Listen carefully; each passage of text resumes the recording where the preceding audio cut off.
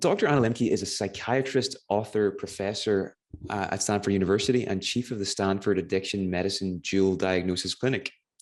She received her undergraduate degree in Humanities from Yale University and her medical degree from Stanford. As a clinician scholar, Dr. Lembke has published more than 100 peer-reviewed papers, book chapters, and commentaries. Her books include Drug Dealer MD and Dopamine Nation, a New York Times and Los Angeles Times bestseller, which explores how to combine the science of desire with the wisdom of recovery to find balance in an overindulgent era. Dr. Lembke was one of the first in the medical community to sound the alarm regarding opioid overprescribing and the opioid epidemic. She sits on the board of several state and national addiction-focused organizations, has testified before various committees in the United States House of Representatives and Senate, keeps an active speaking calendar, and maintains a thriving clinical practice. You can keep up to date with Anna's work by going to www.annalemke.com. So Anna, whenever you're ready, feel free to get started, and it's brilliant to have you with us here today. Thank you so much. It's really a joy to be here and to talk with you again and to have communication with the Weekend University, really exciting. So I'm going to talk for about 45 minutes. And then my favorite part is the Q&A, and we have 15 minutes for that. And basically what I'm going to review is I'm going to talk about the basic neuroscience of pleasure and pain and the exciting brain discoveries of the last 50 to 100 years, and then specifically drill down on what happens in our brains as we become addicted to drugs. And I use that term drugs very broadly to encompass not just traditional drugs like nicotine, alcohol, cannabis, cocaine, opioids, but also behaviors like gambling, gaming, shopping, pornography, because what we do know is that those types of behaviors work on the same reward pathways as drugs and alcohol, and that people can get addicted to them in very much the same way. Okay, so title of the talk is Dopamine Nation, a Neuroscience-Informed Approach to Compulsive Overconsumption in a Reward Overloaded World. So after I cover the basic neuroscience of addiction, what I'm going to talk about is how our primitive wiring is mismatched for our modern ecosystem and what the implications are of that, especially as pertains to mental health and well-being, and then specifically what we as individuals and also as healthcare providers can do about this fundamental mismatch. I always like to let folks know what my disclosures are. I have been retained as a medical expert witness in federal, state, and county opioid litigation. I do not receive any funding, fees, stock options, or other compensation from companies that make, market, or disseminate medical products. So here are our learning objectives. Again, I'm going to describe the neuroscience of pleasure and pain, what happens in the brain as we become addicted. Then I'm going to recognize the mismatch between our primitive wiring and the modern ecosystem, and specifically describe how that mismatch has contributed to growing rates of addiction, depression, anxiety, suicide.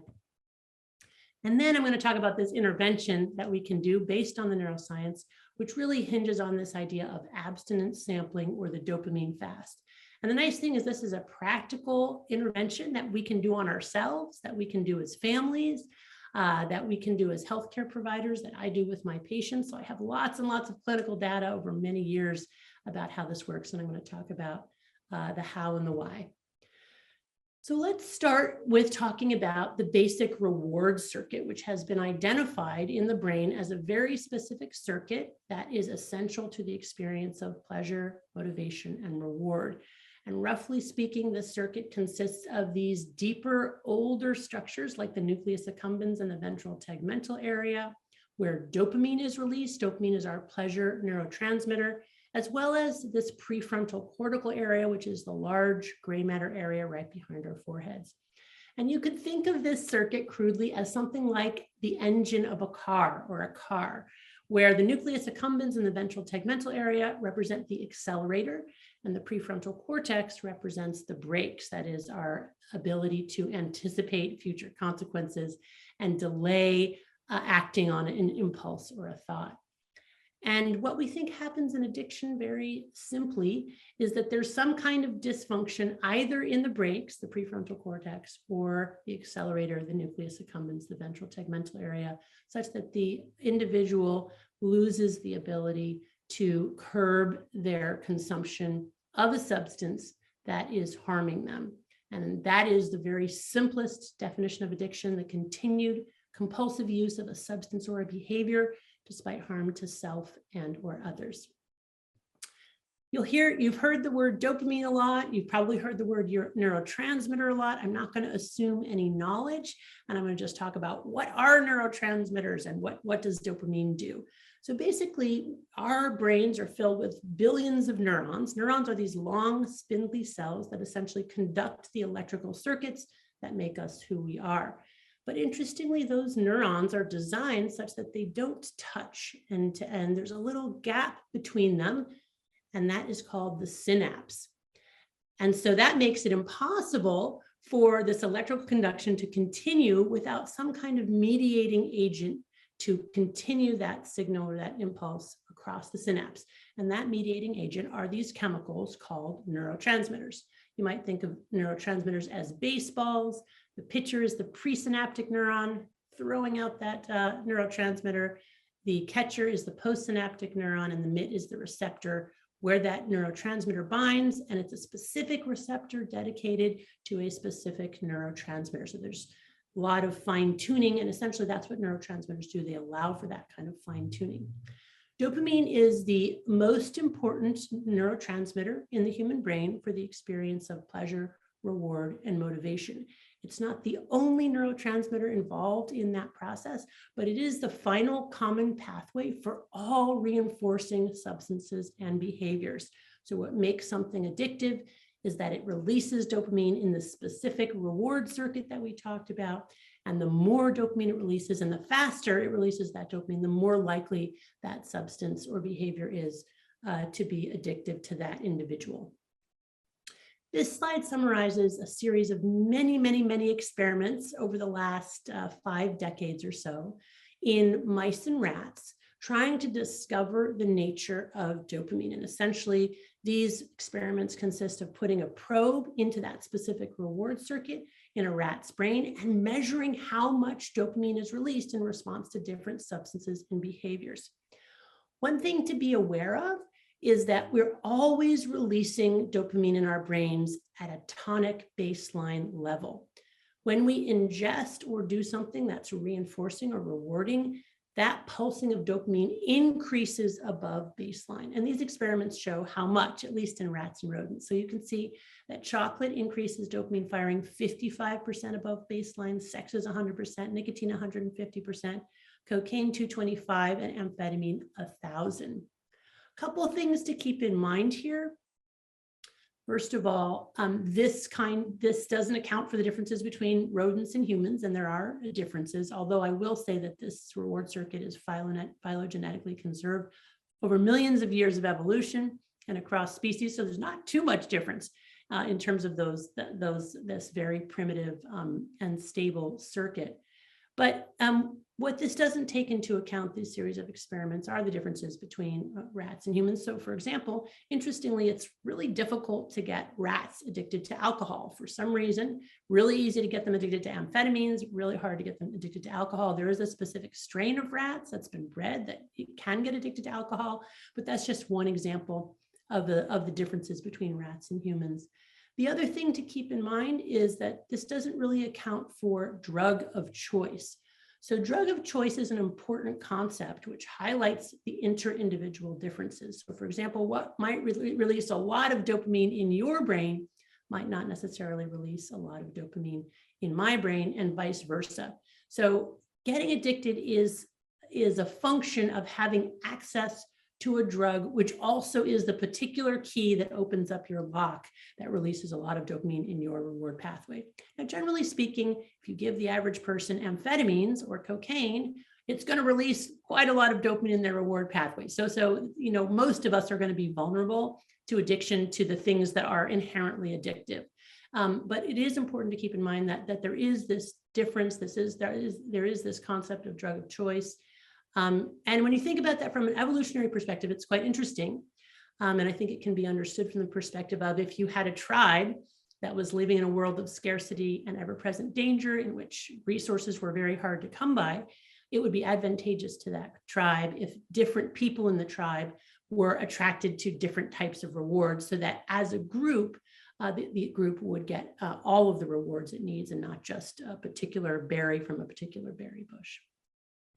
The other thing to keep in mind is that as important as dopamine is for this experience of pleasure and reward, it's also fundamental to the experience of motivation, and maybe even more important for motivation than for reward. How do we define motivation? That is our willingness to work to go get our reward. And there's a very famous experiment in which rats were bioengineered to lack dopamine receptors, that catcher's mitt, in the reward pathway. And what the researchers discovered is that if you put food in these rats' mouth, they would eat the food and seem to get pleasure from the food. But if you put the food even a body length away, the rats would starve to death. That is to say, the lack of dopamine in this specific reward circuit rendered those rodents unwilling to make even the slightest effort to go get the reward that they needed to stay alive. Dopamine is also very important to movement. So you are probably aware that Parkinson's disease, which is a movement disorder, is characterized by a depletion or decrease of dopamine in a different part of the brain called the substantia nigra. The substantia nigra is it's a nucleus in the brain that is essential for the experience of movement. And dopamine is fundamental to movement as well as to reward, motivation, and pleasure. And Parkinson's disease is characterized by a depletion of dopamine in the substantia nigra. It's no coincidence that the same neurotransmitter that's involved in movement is also involved in pleasure, reward, and motivation. And even the most primitive nematode, the C. elegans, will release dopamine in response to food in its environment, which raises some very interesting issues about modernity, because now we're living in a time, an unprecedented time, in which we don't have to do a lot of work. We don't even have to get up off the couch in order to get our reward. So now we're going to talk about how the brain processes pleasure and pain and what happens in the brain as we become addicted. It's important to recognize that we are evolved over millions of years of evolution to reflexively approach pleasure and avoid pain. We do that without thinking about it. It doesn't require thought or planning. We do it reflexively. And that is essentially what has allowed us to survive in a world of scarcity and present danger, which is the world that humans have lived in for most of human existence. So how does our brain do that? Well, essentially our brain does that by working like opposite sides of a balance. So one of the very interesting findings in neuroscience in the past 50 years or so is that pleasure and pain are located in the brain, which is to say the same parts of the brain that process pleasure also process pain, and they work like opposite sides of a balance. So if you imagine that in your brain, in that reward circuit, there's a teeter-totter like in a kid's playground. When that teeter-totter is at rest, the beam or the balance is level with the ground, okay? When we experience pleasure, it tips one way, we get a release pathway, and when we experience pain, it tips the other. But there are certain rules governing this balance, and the first rule and the most important rule is that the balance wants to remain level. It doesn't want to be deviated for very long to the side of pleasure or pain. In fact, the way that we define stress is we define stress as a deviation from baseline or a deviation from what we call homeostasis, which means that with any deviation from a level balance to the side of pleasure or pain, our brains are going to work very hard to restore a level balance. And they do that, it does that first by tipping an equal and opposite amount to whatever the initial stimulus was. So when we get a deviation to the pleasure side and the release of dopamine in the reward pathway, essentially what happens is our brain adapts to that increased dopamine by tipping the balance an equal amount to the side of pain. So imagine that as these little neuroadaptation gremlins hopping on the pain side of the balance to bring it level again. But the gremlins like it on the balance, so they stay on until it's tilted an equal and opposite amount to the side of pain. That's the come down, the hangover, the after effect, or what's called the opponent process mechanism. I experienced that, and that moment of craving can happen even while I'm still tasting the part of a piece of chocolate. I find myself already, either consciously or otherwise, thinking about having another piece of chocolate. Why? Because my balance has tilted to the side of pain, which is created this sense of, subtle withdrawal is subtle with the chocolate, and a desire to have another one. And that is fundamentally adaptive in a world of scarcity where we have to obtain all of the good resources we can while they're there, because they're not going to be there for very long and they're very hard to find. Now, if I wait long enough, those neuroadaptation gremlins hop off and homeostasis is restored. And in a world of scarcity, I usually can't find another piece of chocolate, so I have to wait, right? The gremlins hop off, homeostasis is restored. But what if I live in a world like we do today of overwhelming abundance, where almost every human substance and behavior has become drugified in some way, from the food we eat to the shop to the way we connect as humans? Now we've got a very significant problem where in that moment of craving, which is what our bodies use to restore homeostasis, I have access to my drug, of course I'm going to reach for it. So here's the second rule of the balance, that essentially with repeated exposure to the same or similar reinforcing stimuli, that initial response to pleasure gets weaker and shorter, and that after response, or the opponent process mechanism, gets stronger and longer. That's a fundamental rule of how our brains work. In other words, the more we consume of our drug, the more gremlins we accumulate on the pain side of the balance. And then pretty soon we've got enough gremlins to fill this hole. And if we continue to do that over many days to weeks to months to years, we essentially change our hedonic and now we've created a situation where we need to use our drug not to feel good and get high, but just to restore a level balance. And we need to use a whole lot of it. And when we're not using, our set point is tilted to the side of pain. And we're experiencing, which are anxiety, irritability, insomnia, dysphoria, and craving. And that's what this image represents. This is what happens in the addicted brain. We essentially end up with a balance chronically tilted to the side of pain. And we're in this state of kind of chronic dysphoria where our drug isn't working, but we need more and more of it in order to just feel normal. It's really why people with severe addictions will relapse even weeks to months after they stopped using. It's because their hedonic or joy set point is still tilted to the side of pain. Now, we do believe that with enough abstinence, eventually these neuroadaptation gremlins hop off and homeostasis is restored. But it can take quite a while. And the more addicted the person has become, the more of that substance and the more potent the substance they've used, the longer it can take. And essentially what this represents is a dopamine deficit state. In order for the brain to accommodate the fire hose of dopamine brought on by these reinforcing substances and behaviors, it has to downregulate its own dopamine production, downregulate and involute its dopamine receptors on that synaptic neuron, and we end up in this dopamine deficit state. From a very famous experiment now by Nora Volkoff, the head of the National Institute of Drug Abuse. And what you see here on the left is pictures of the human brain. And on the left-hand column, you have control subjects. So these are individuals who were not using drugs. And red represents here dopamine transmission. And specifically, the part of the brain that's being imaged is the nucleus accumbens, so the reward pathway. And what you can see here on the left-hand side is plenty of red in the reward circuit of these healthy control subjects. Now you look at these individuals who have been using cocaine, methamphetamine, alcohol, and heroin, and what you see is very little red in their reward circuitry, which tells you that they are in a dopamine deficit state. What's really fascinating about this, though, is that these are individuals who have been using these substances, these highly addictive substances, in an addictive way over longer periods of time. But these brain images were taken 2 weeks after they stopped using. And the reason that's really important is because it suggests the persistence of this dopamine deficit state even with 2 weeks of abstinence. And we're going to talk about a little bit later, we're going to talk about how long does it take with abstinence for the brain to reset reward pathways and go back to baseline dopamine firing. Okay, so this pleasure-pain balance, you've seen the implications of repeatedly pressing on the pleasure side, namely that we end up in this dopamine deficit state. But what if we were to press on the pain side of the balance? That is to say, intentionally doing things that cause us pain.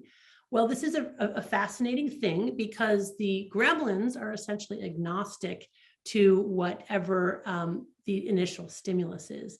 If the initial stimulus is an intoxicant, they will jump on the pain side. But if the initial stimulus is something that's physically or mentally painful, those gremlins will hop on the pleasure side and essentially reset our hedonic set point to the side of pleasure. And this has tantalizing implications, of course, because what it suggests is if we were to get our dopamine indirectly by paying for it up front, doing things that are hard, we might be able to reset our pleasure threshold to the side of pleasure and find ourselves in a state of well-being. And this is indeed a whole branch of science called the science hormesis. Hormesis is Greek. It means to set in motion. And essentially, it's the science showing if you expose living, and this is across many different types of living organisms, if you expose living organisms to mild to moderate noxious stimuli, like ice cold temperatures, like a spinning wheel, like intermittent starvation or fasting, what you actually do is increase the health and resilience of organisms. Now, it's a window, right? So too little of that noxious stimulus and you don't get the response. Too much and you kill the organism. But the point is that for humans, the same thing applies.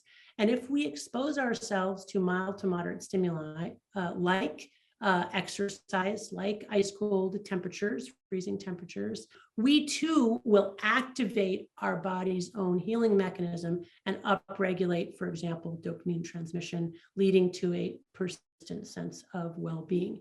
Now, can we go too far? We absolutely can. Is it possible to get addicted to pain? Yes, we have people who get addicted to exercise, but it's much, much harder to get addicted to those stimuli because you have to pay for your dopamine up front, and that's hard to do because we tend to be pretty amnestic for what the gremlins do on both sides, interestingly. So I know every morning when I wake up, it's very, very difficult for me to force myself to exercise because I know intellectually that I feel better after I exercise, but I don't feel that feeling of feeling better, and it's hard for me to imagine that I will feel better. Same thing with intoxicants. People have very vivid and long-lasting memories for getting high, and they often are chasing that early feeling, but we tend to be amnestic or in denial for the gremlins and their after effects, all of the negative consequences that come with use.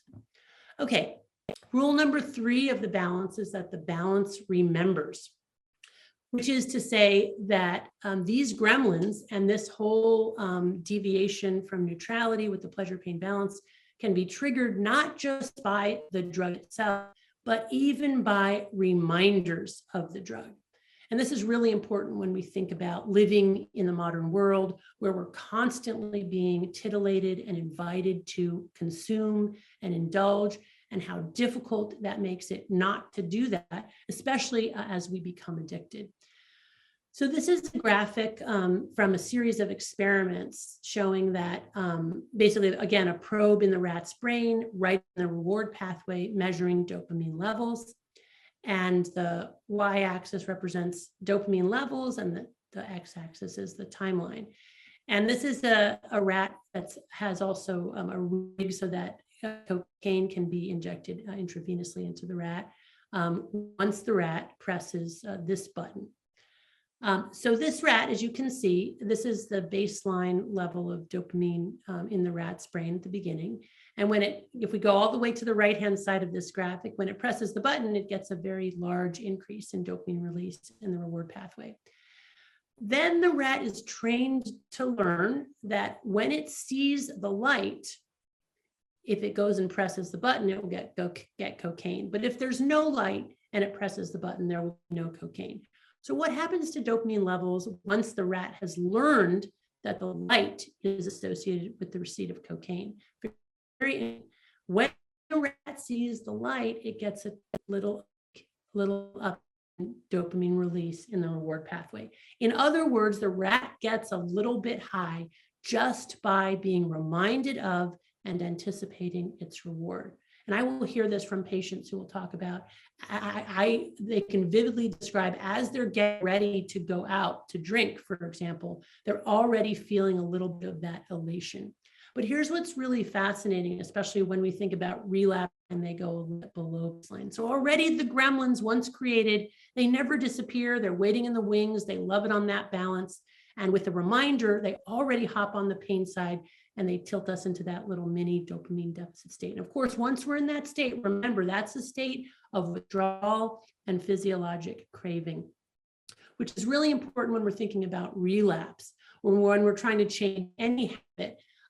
If we get a trigger that reminds us of our habit and we get a little bit of a high from thinking about it, we're also then going to get a little bit of a low, which is the state of craving, which is then what motivates us to do the work to go get the drug, and it's hard to resist. So very important when we're thinking about how to create an environment in which we can optimize our chances of not consuming our drug. If that's our goal, we really have to think about walling ourselves off from these triggers.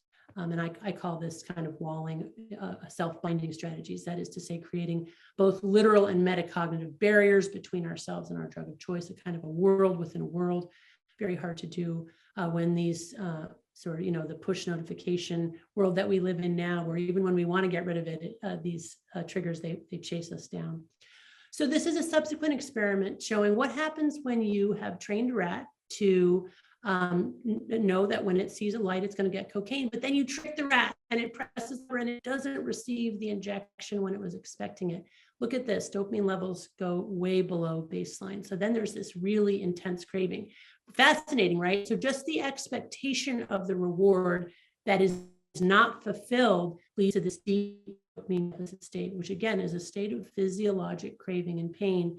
And for people who are prone to addiction, this will then trigger an enormous amount of effort and work then to go and get the drug. So when you think about the ways in which with repeated exposure to the same or similar stimulus, that initial reward gets weaker and shorter, what that means is for people who are using their drug, who, if they have the disease of addiction, they're not going to give up.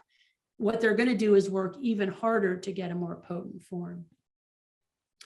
This is an image from Paul Thompson, just as a way of kind of describing to you why it's so important that we focus on prevention and making sure that young people are not exposed to these intoxicants, and namely, or exposed in moderation. And namely, the issue here is that we are born with more neurons, and here red represents neurons, not dopamine, it's neurons here. And you can see this 5-year-old brain has plenty of red, so lots and lots of neurons, a kind of totipotent brain.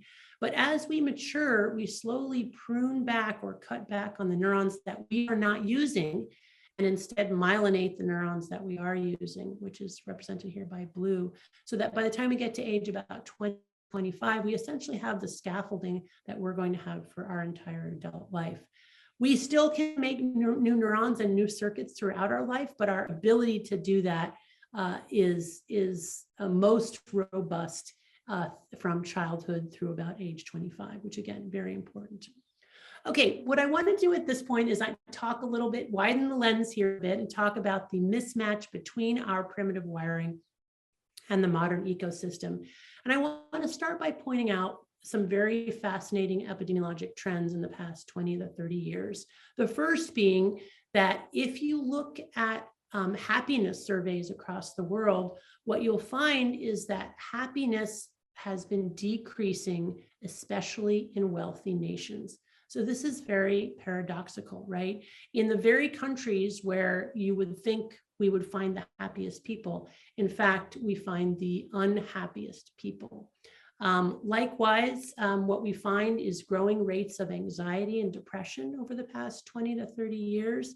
And again, highly correlated with the socioeconomic status of the country. Richer countries have higher rates of anxiety than poor ones, and depression rates have been going up faster in rich countries than in poor countries. In other words, anxiety, depression, suicide also increasing and increasing faster in high income countries.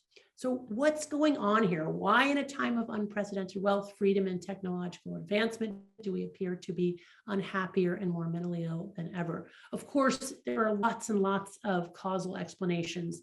The most common ones you'll hear are socioeconomic divide, multi-generational trauma, social dislocation, and all of those are true and relevant and important to look at.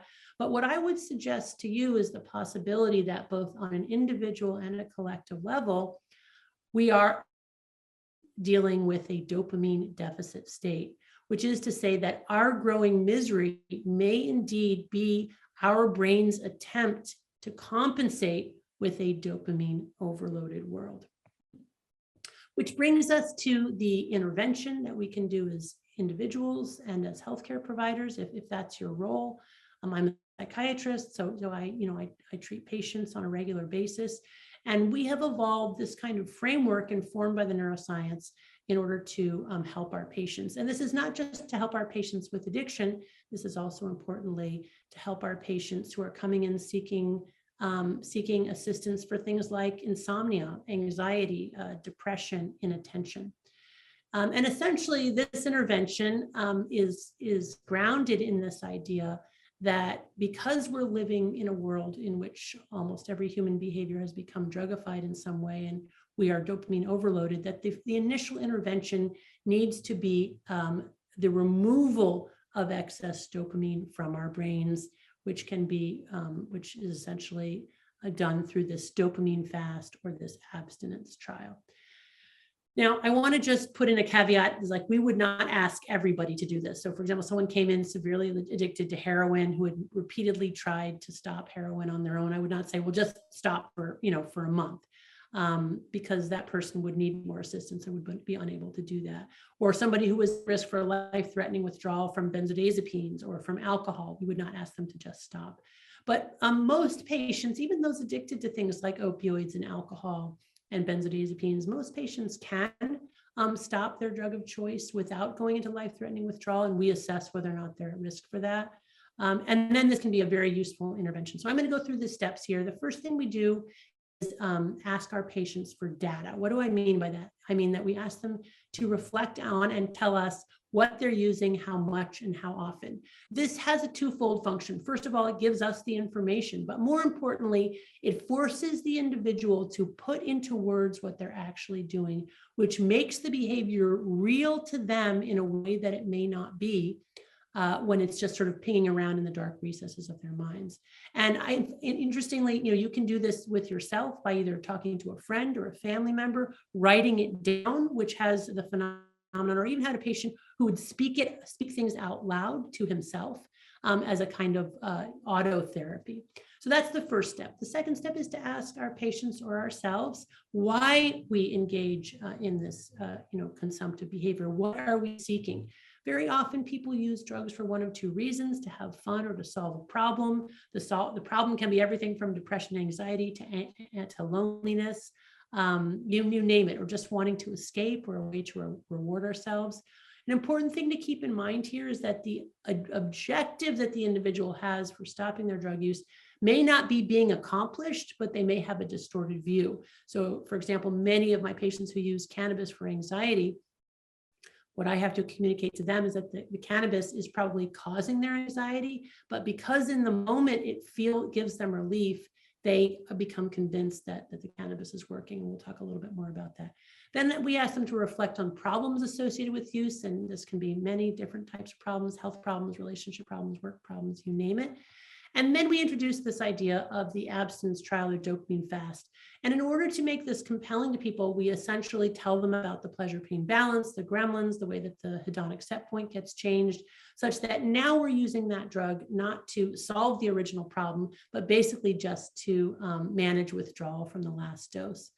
Really important, when I'm asking patients to do a dopamine fast, I ask them for a month. Why? Well, we know from Nora-Volkoff's study that 2 weeks is not enough, that patients are still in the dopamine deficit state at 2 weeks. But on average, in my clinical experience, and also supported by some clinical evidence, 4 weeks on average is what it takes to reset reward pathways. I always warn my patients that they're going to feel worse before they feel better. Why are they going to feel worse? Because when they initially take that reward off, those gremlins on the pain side are going to crash their balance to the side of pain, and they're going to be in a state of withdrawal, and that will last at least 2 to 4 weeks. So they have to know that up front. It's also true, that some people will need longer to reset reward pathways, and some people may have a broken balance, and no matter how much they abstain, they're not going to be able to go back to baseline. And so those are special cases that we need to think about. M stands for mindfulness, and this is where we talk about what mindfulness is and how this abstinence trial, this dopamine fast, is a great opportunity to practice mindfulness, because we can't reach for our drug to distract ourselves from our feelings, which then contributes to these moments of insight. And one of my favorite things about doing this work is patients will come back after 4 weeks of abstinence, and the majority of them will feel much, much better, less anxious, less depressed, sleeping better, happier all around. And then they're able to see true cause and effect. Because when we're chasing dopamine, we can't see the true impact of our dopamine consumption on our lives. But when we get that 4 weeks of abstinence, we can say, I thought that using pornography was relieving my depression, but now I can see that it was actually making it worse. When patients come back after a month, we talk about next steps, which is, okay, do you want to continue to abstain, or do you want to go back to using? Many patients want to go back to using, and they want to use in moderation. Then we talk about self-binding strategies, the way we can use time as a construct, space as a construct, categories as a construct to help people create a barrier between themselves and their drug of choice so that they can optimize their use and use in moderation. This is especially important for digital drugs. And then they go back out and they experiment and they see if it worked for them. For those of you in the audience who don't have any personal lived experience with addiction, I always like to pose this Gedunken experiment where if you have an iPhone, we're all struggling. I think most of us are struggling with compulsive overconsumption of digital media. You might try a dopamine fast from your devices or your screens. You don't have to do a month, even 24 hours can be very instructive and to help you reset your tech life. I do recommend this digital fast, which is to say, don't touch your phone or any screen for 24 hours. Again, the aim is to interrupt your physiology and reset dopamine reward pathways. 24 hours is not enough to do that, but it might be enough to show you in a very instructive way how addictive we have become to our devices. I really recommend, if you're going to do this, you plan for it in advance. So you set a date, you tell people you'll be out of contact, and then you prepare yourself for time moving very slowly. So come up with other non-screen related activities to do during this time. Anticipate the symptoms of withdrawal, and really this is a great opportunity to practice mindfulness and observe these symptoms of withdrawal, irritability, insomnia, dysphoria, craving. Know that they're time limited, that the gremlins will actually hop off the pain side of the balance, homeostasis will be restored, and you feel better if you go long enough. And then when you do get intense cravings to check your phone, don't do the instinctive thing, which is either to check the phone or to use some other drug to replace the first drug. Instead, do something paradoxical and employ hormesis and do something that hurts more than the pain of withdrawal. So take a ice cold water bath, do 20 sit-ups, invite pain as a way to reset the balance. And then when the fast is over, plan how to reintegrate that digital device without letting it take over your life. This is things like these self-binding strategies. And the ones that I use to reset my tech life are, I have windows where I'm on my device and I try not to go on outside those windows. I have a list of things in the morning that I commit to doing before I touch a single screen. I commit to exercising, eating breakfast, brushing my teeth, making my bed, and only then sitting down on my device. Making a list of what you're going to do before you open your device can also be very helpful. Anyway, things like that. Anna, that was fantastic. Thank you very much. You covered a lot of ground there in a very short space of time, especially given the circumstances. So well done. To keep things simple, I'm going to ask questions on people's behalf just because of the internet and stuff, if that's okay. So the first question, we've got a great question here from Eric. Just going to let this load for a second. Okay, so Eric says the prefrontal cortex isn't working well as it should work with people with addiction. I think I've heard you say in a podcast that there's evidence that when people start to talk about their addiction, their shame, and share, that the communication between the limbic system and the prefrontal cortex improves. Can you say something about that? Yeah, so this is really, I think this is fascinating. It's something I learned from my patients over the years, which is that in order for them to stay in recovery, they have to tell the truth. And not just tell the truth about using drugs, but tell the truth about everything. So the average adult tells 1 to 2 lies per day. We tend to lie about little things to cover up our selfishness and our mistakes. Things like, oh, sorry, I'm late, traffic was bad, when really it's like, oh, we would never say, sorry, I'm late. I want an extra minute to read the paper and drink my coffee. But that's the real reason, right? But we don't say that. But people with addiction have learned that they actually have to say that. Like if they're going to say what the reason is, they have to tell the whole truth and nothing but the truth. So that's really fascinating. And so what might be going on there? And I think what's happening is that intentional truth telling, which is laborious and takes our conscious effort, actually activates and strengthens the prefrontal cortex. And in doing that, what we're doing is we're basically putting new brake pads on our car and making sure that those brake pads really work. Because that prefrontal cortex is the area of the brain that's so important for autobiographical narrative.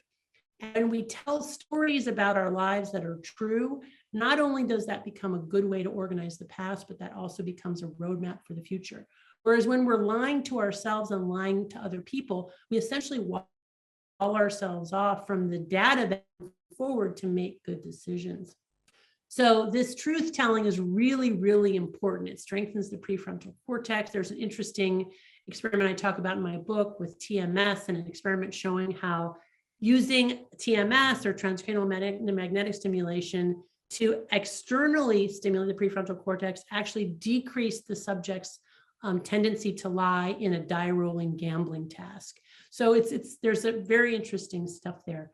And of course, also telling the truth in our intimate relationships is a way to augment intimacy, and intimacy is a wonderful and healthy source of dopamine. So the point is not to get no dopamine. We are natural strivers. We want dopamine, but to figure out how to get it in healthy ways. And I think intentionally telling the truth can be one of the ways to both get healthy dopamine through intimacy, but also to make sure that we're strengthening that prefrontal cortex so that we keep down those gremlins and tell true stories that give us access to data to make good decisions.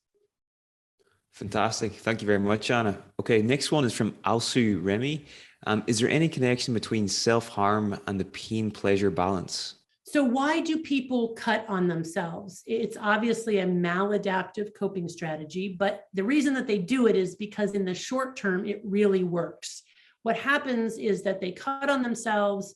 The body responds by releasing our endogenous endorphins, our own opioids, which then releases our own dopamine. It feels good, and it's also a distraction from the mental pain, right? Because now we've got a physical focus.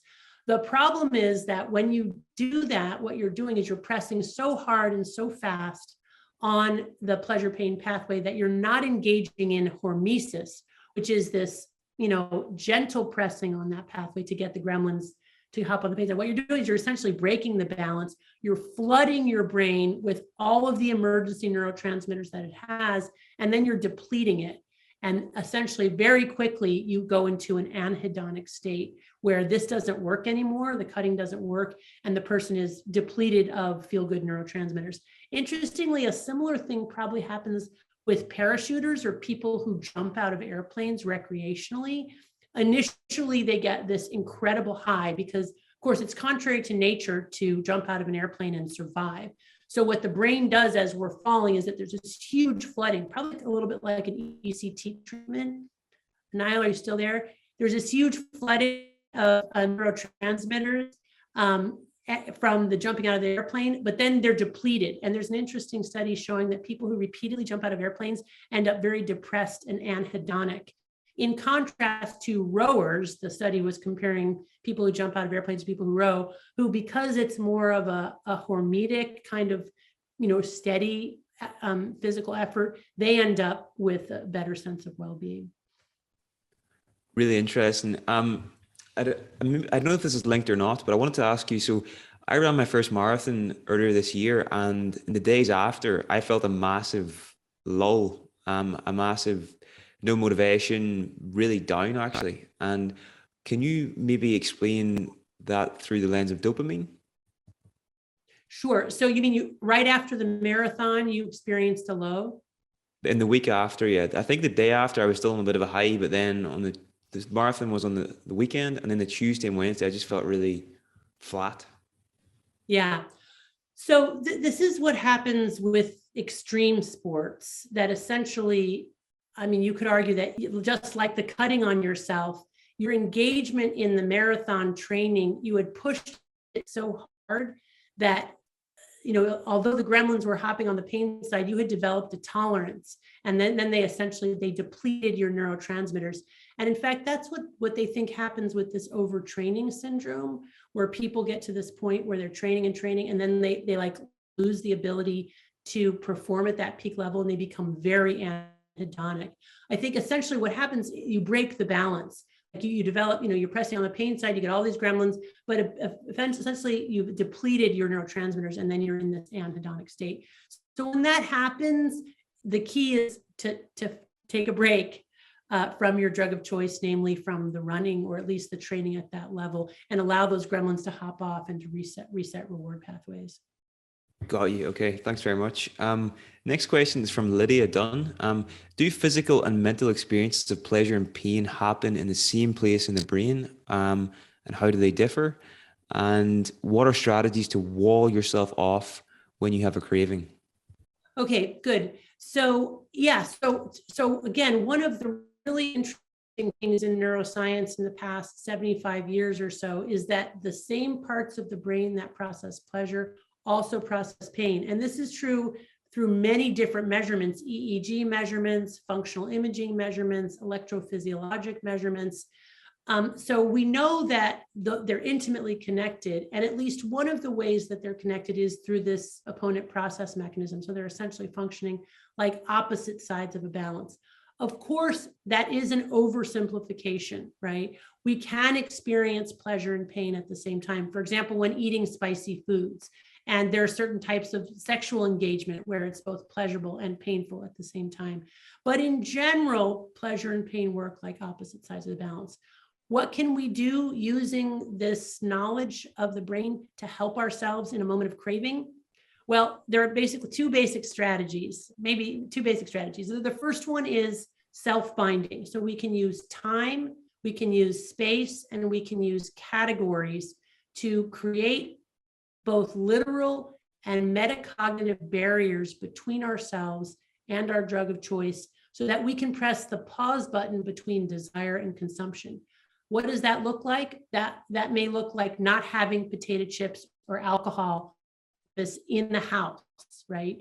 And there you have a physical barrier. Or that may look like putting your device in a safe at a certain time at night and not removing it until the morning. Or it may be more simpler than that. It may be turning your device off and putting it in another room, right? Those are physical barriers. You can use time as a construct. Time means that, you're going to say, I'm not going to use until, this day of the week or this many hours on the day. Or you may use a kind of a finish line construct. I'm not going to use my drug until I pass my exams, or until I get the job, or until my birthday. Those are all time as a construct. Then you've got categories as a construct. This is where you say, well, I'm going to allow myself to go on Facebook, but I'm not going to go on Twitter. Because I know once I go on Twitter, I just get totally caught up in it. It makes me unhappy. But Facebook, for whatever reason, not quite my drug of choice, it's manageable. So these kinds of categories. So the self-binding is really important. And again, if you keep in mind the experiments about the way that the triggers make us a little bit high, followed by the craving, what we want to do is wall ourselves off, not just from the drug, but also from the triggers, because the triggers themselves exhaust our brain. One thing I didn't mention, but it's important for you to know, is that with any deviation from homeostasis, we also get the release of adrenaline. So the definition of stress also involves the work of adrenaline or cortisol. So the more that we're doing that, frankly, the more stressed out we become. So self-binding. The other thing is hormesis, right? So when you have a craving, instead of reaching for your drug or some other drug, like let's say I want to eat less chocolate, which I really do want to eat less chocolate. So right now we're getting chocolate out of the house.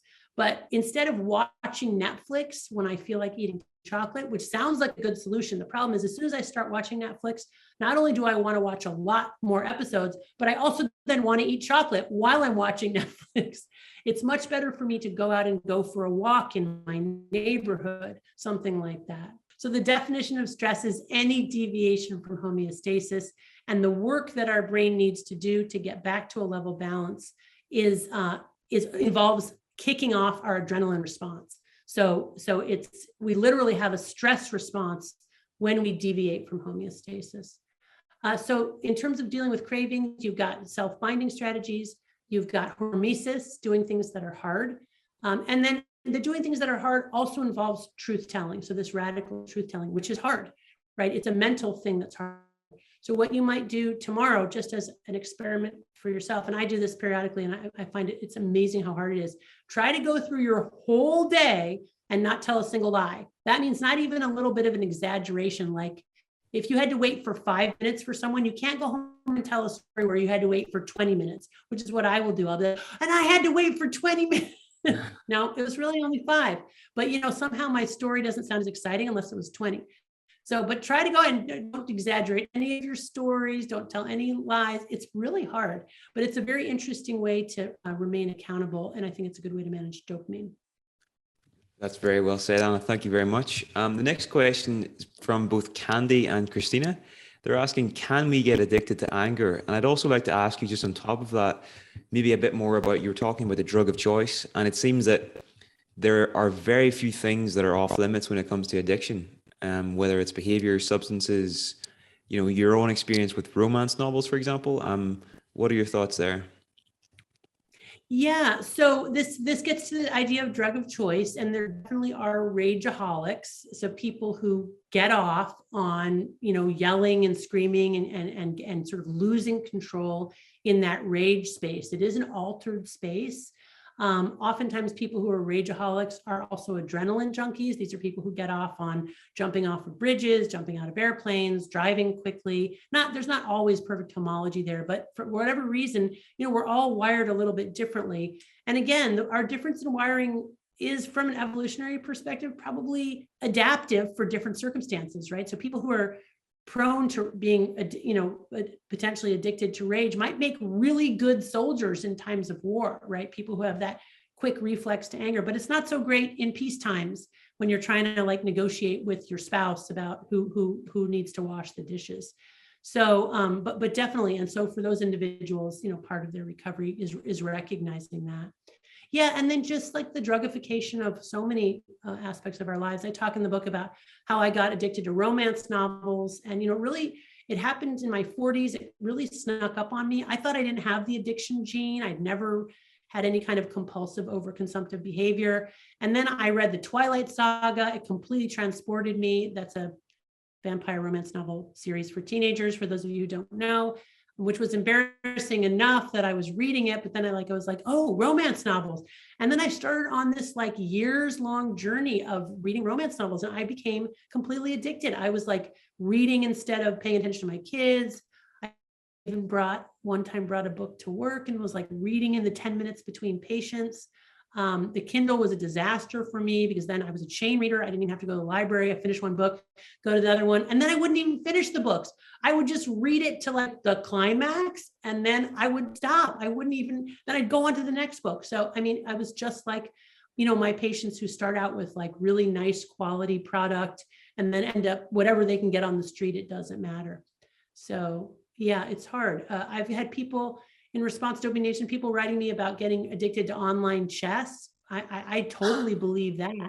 I think my husband might have that one going on.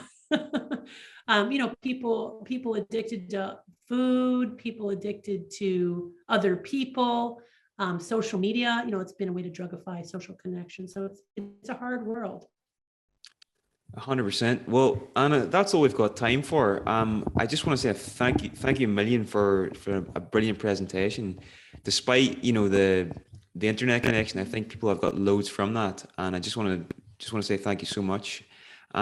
Where can people find you online? Where can people get the book? And what would you sort of request people to do after this talk as a follow-up, I suppose? Well, I'm not on social media because I wouldn't be able to handle it. But people can get the book. The book sort of describes this, and I use a lot of case studies of real live patients who have dealt with this and gotten into recovery. So I think that's probably a good place to start. The book also has tons of references. So if you want to read the actual studies, the book has all of the references, and they're really quite interesting. The neuroscience is amazing. And thanks, you guys are so nice to say it was an excellent talk. I'm really touched. You guys are nice people. Okay. They're a great bunch. I think someone said there, great slides and great gremlins as well. So that was a nice comment. So yeah, Anna, I'll let you go. Thank you so much. Yeah. Enjoy the rest of your Sunday. I take it you're hiking today, or are you hiking? Oh no, today I got my son is bringing his friends over for a barbecue. I'm cooking. I'm a sous chef. Okay. Well, enjoy that anyway. And I'll let you go on. Bye-bye, everybody. Thank you. We really appreciate it. All right. Bye.